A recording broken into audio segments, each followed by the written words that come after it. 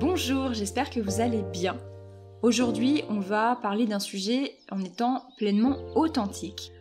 Parce que je vois qu'il y a beaucoup de personnes qui se posent des questions quant à la notion d'amour inconditionnel. Est-ce que du coup j'ai le droit d'être en colère contre ma flamme jumelle ?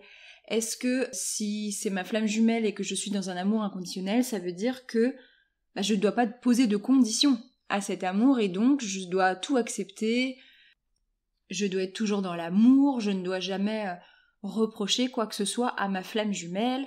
Bon, on va un petit peu tirer le fil de tout ça et faire le ménage dans tout ça. Avant ça, je vous le dis tout de suite, il y a un petit cadeau en fin de vidéo pour ceux qui auront envie de rester jusqu'au bout.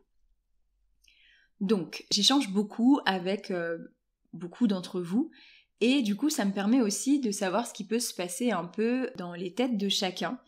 Et je pense que ça me renvoie aussi à des questions que je me suis posées par le passé, plus ou moins récemment.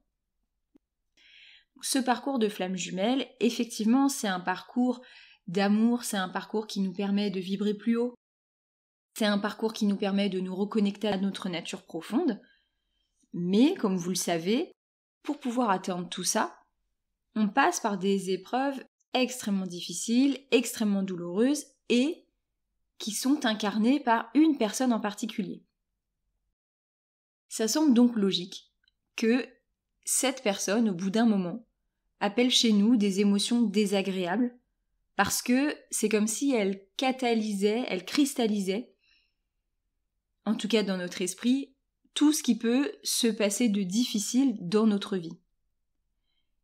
Il faut comprendre que c'est tout à fait juste sur votre parcours, et c'est même normal de ressentir de la colère envers votre flamme jumelle, voire même de la rage, d'avoir envie de le ou la traiter de tous les noms, de ressentir du dégoût, voire même du mépris, de la frustration, de la tristesse. Tout ça, c'est normal. Ça veut pas dire que vous êtes un monstre, ça veut pas dire que vous êtes pas du tout sur ce chemin d'amour inconditionnel, parce que, vous lui reprochez encore des choses, parce que vous ressentez toutes ces émotions qui sont étiquetées comme négatives, ou comme moches, ou comme pas bienvenues, pas souhaitées. Le fait que vous ressentiez ces émotions, ça veut surtout dire que vous êtes un être humain, donc félicitations, vous êtes un être humain comme tous les autres. Et plus vous allez ressentir ces émotions, plus ça va vous permettre de libérer des couches de blocage, de peur à l'intérieur de vous. Vous avez besoin de passer par ces émotions-là. On est des êtres émotionnels, donc on a besoin de passer par ces émotions-là, de les ressentir, de les vivre pleinement pour pouvoir passer à l'étape d'après. C'est impossible de pouvoir progresser dans sa vie et vibrer de plus en plus haut et incarner de plus en plus quelque chose de juste, d'aligné, de lumineux, sans être passé par des émotions désagréables, négatives ou quoi que ce soit. Donc pour clarifier un peu le sujet, l'amour inconditionnel, c'est quoi ? Je vois plein de choses passer sur ce sujet et j'avoue qu'il y a plein de choses qui n'entrent pas en résonance avec ma définition de l'amour inconditionnel. Beaucoup de personnes pensent que l'amour inconditionnel, c'est du coup d'accepter tout ce que l'autre est, parce qu'à partir du moment où c'est inconditionnel, ça veut dire qu'il n'y a pas de conditions, et donc qu'on ne devrait pas être légitime à poser des conditions à cet amour.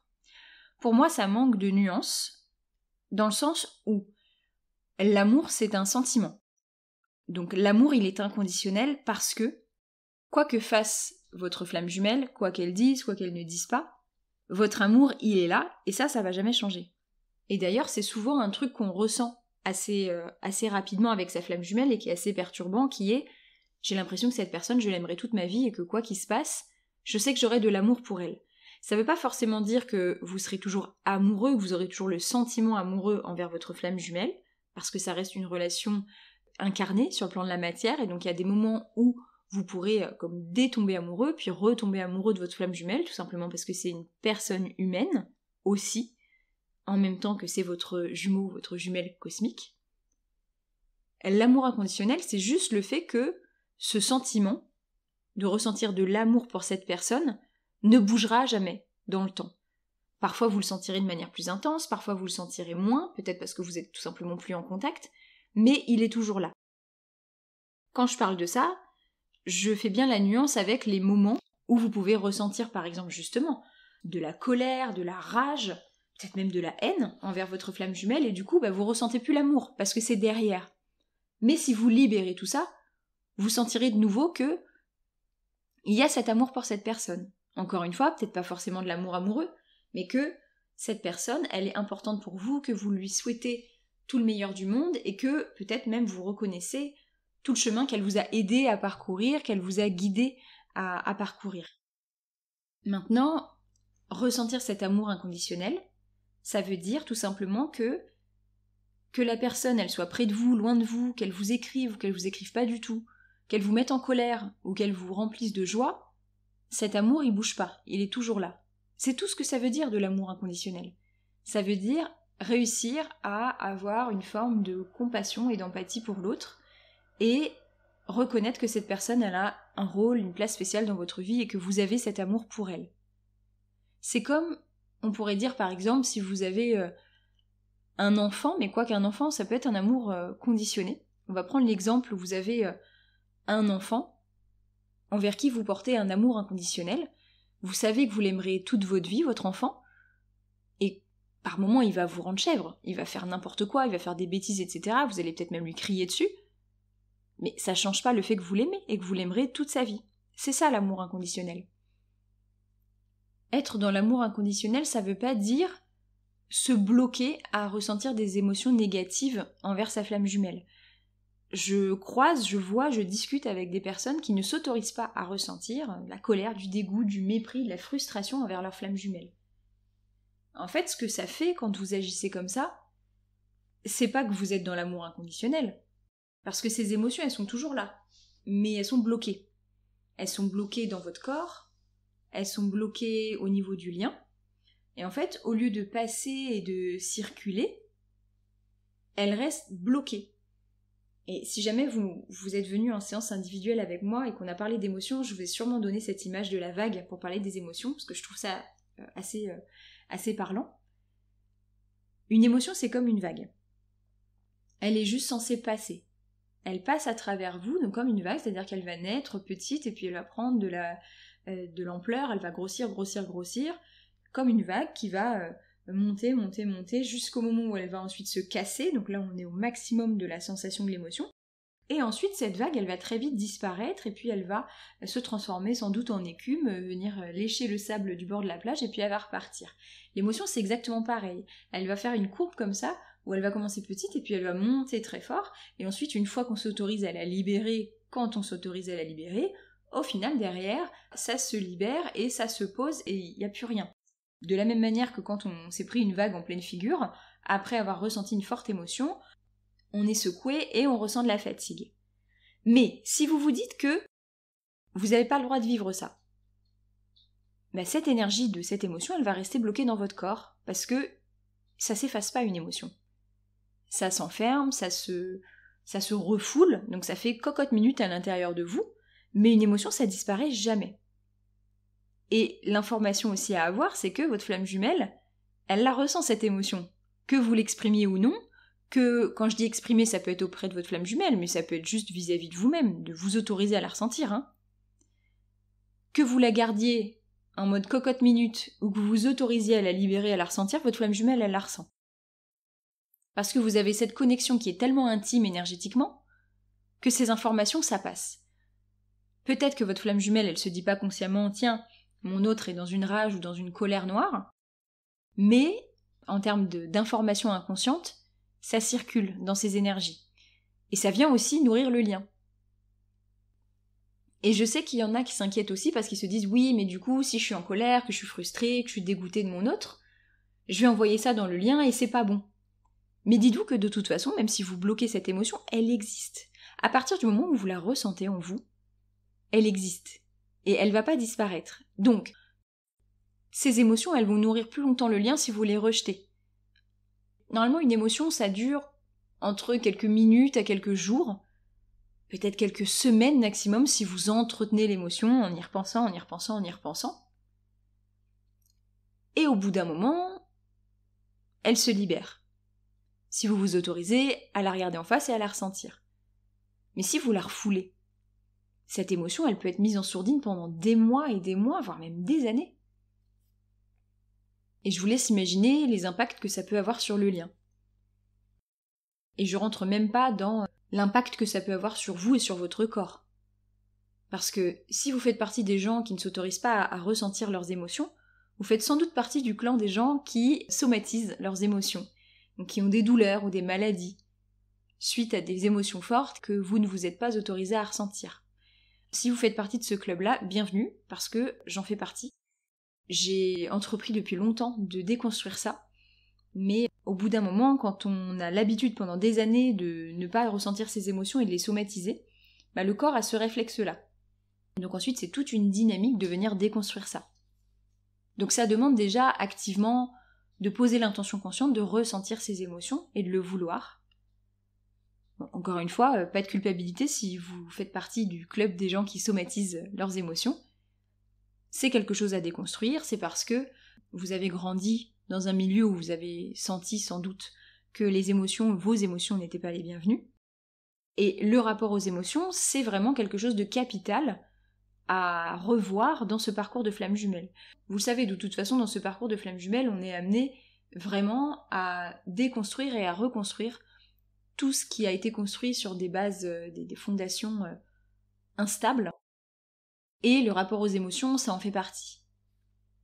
Que ce soit du côté du runner, où on va avoir tendance justement à avoir beaucoup de refoulement d'émotions, beaucoup d'émotions qui ne sont pas assumées, qu'on ne veut pas regarder en face et dont on a peur. Que ce soit du côté du chaser, où on va avoir l'impression d'avoir une espèce de responsabilité du lien, et de attention, il faut surtout pas que j'envoie ça sur le lien parce que sinon ça va mal se passer, ou ça va ralentir le parcours ou quoi que ce soit. Des deux côtés, il y a un rapport aux émotions qui n'est pas forcément le rapport le plus sain qui existe. Dans ce parcours de flamme jumelle, on va être amené à ressentir des douleurs, mais d'une intensité qu'on n'a jamais ressentie auparavant, ou presque. Parce qu'il est possible qu'il y ait des parcours où il y a eu une lumière de l'âme qui a été vécue avant la reconnexion, ce qui est d'ailleurs mon cas. C'est vrai que j'en ai pas parlé dans l'épisode sur la lumière de l'âme, mais au final, en le conscientisant il y a peu de temps, je me rends compte que j'ai vécu quand même ma lumière de l'âme avant même d'avoir rencontré mon jumeau, ce qui n'empêche que j'en ai fait une par la suite grâce à lui. À interaction égale, il n'y a rien qui pourra dépasser la douleur et la souffrance que vous ressentirez avec votre flamme jumelle. À situation égale, il n'y a que votre flamme jumelle qui est capable de vous faire ressentir autant de douleur et de souffrance.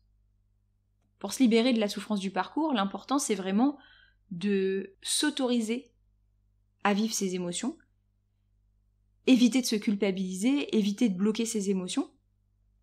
Et si vous vous dites que vous savez pas quoi faire de ces émotions, le but c'est de leur faire de l'espace.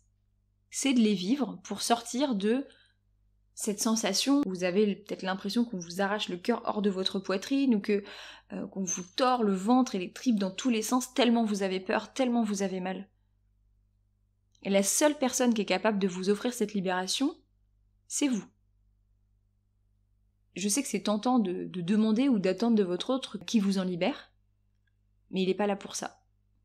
Il est là pour vous montrer que vous souffrez et pour vous accompagner énergétiquement jusqu'à ce que vous puissiez libérer ça en vous. Mais c'est vous qui avez les clés pour libérer ça. Et on est beaucoup, je le sais, beaucoup à somatiser et à pas savoir écouter nos émotions, et aussi à avoir gardé une forte sensibilité, une fameuse hypersensibilité. Ce qui rend la souffrance d'autant plus difficile à gérer. Et je le sais, je suis passée par là, et il m'arrive encore de souffrir sur ce parcours, toutes les personnes en parcours de flamme jumelle. C'est le parcours d'une vie. C'est un parcours de guérison en profondeur. Donc ça implique d'aller voir des choses en profondeur. Et c'est une grande partie du travail qui est demandé sur ce parcours, d'écouter vos émotions, de les libérer, d'être authentique. Et non, ça va pas ralentir votre parcours, d'être en colère contre votre flamme jumelle, au contraire. En vous autorisant à vous dire et à ressentir la colère que vous ressentez contre votre flamme jumelle, vous vous rapprochez de votre vérité intérieure. Vous vous en libérez, vous vous libérez en fait des émotions qui pèsent et qui vibrent plus bas. Donc, vous vous allégez et vous avancez vers une version de vous qui est plus vraie. Et je le répète s'il y a besoin de l'entendre, toutes les personnes qui sont en parcours de flamme jumelle à un moment ou à un autre ont ressenti ces émotions envers leur autre. Sauf peut-être si vous êtes en tout début de parcours et que du coup vous êtes en lune de miel, ou si vous vous autorisez pas à vivre pleinement vos émotions. C'est humain. Je sais que ça peut ne pas être évident de savoir comment faire, de faire de la place à ses émotions, et si vous en avez besoin, justement, comme je vous le disais en début de vidéo, j'ai un petit cadeau pour vous. Ce travail de libération d'émotions et d'authenticité avec vous-même, c'est tout l'objet de l'e-book que j'ai créé, justement pour sortir des périodes de souffrance intense de ce parcours. Et comme c'est une période de Black Friday, je me suis dit que ce serait bienvenu de vous offrir une réduction, exceptionnellement, sur cet outil. Je vous laisse les informations dans la barre de description, le lien vers l'e-book pour sortir de la souffrance, plus le code de réduction, pensez bien à l'ajouter. Comme d'habitude, si vous avez envie de me partager vos pensées sur ce sujet, je vous laisse ouvrir la discussion en commentaire. Je vous dis à très vite, et en attendant, moi, je crois en vous.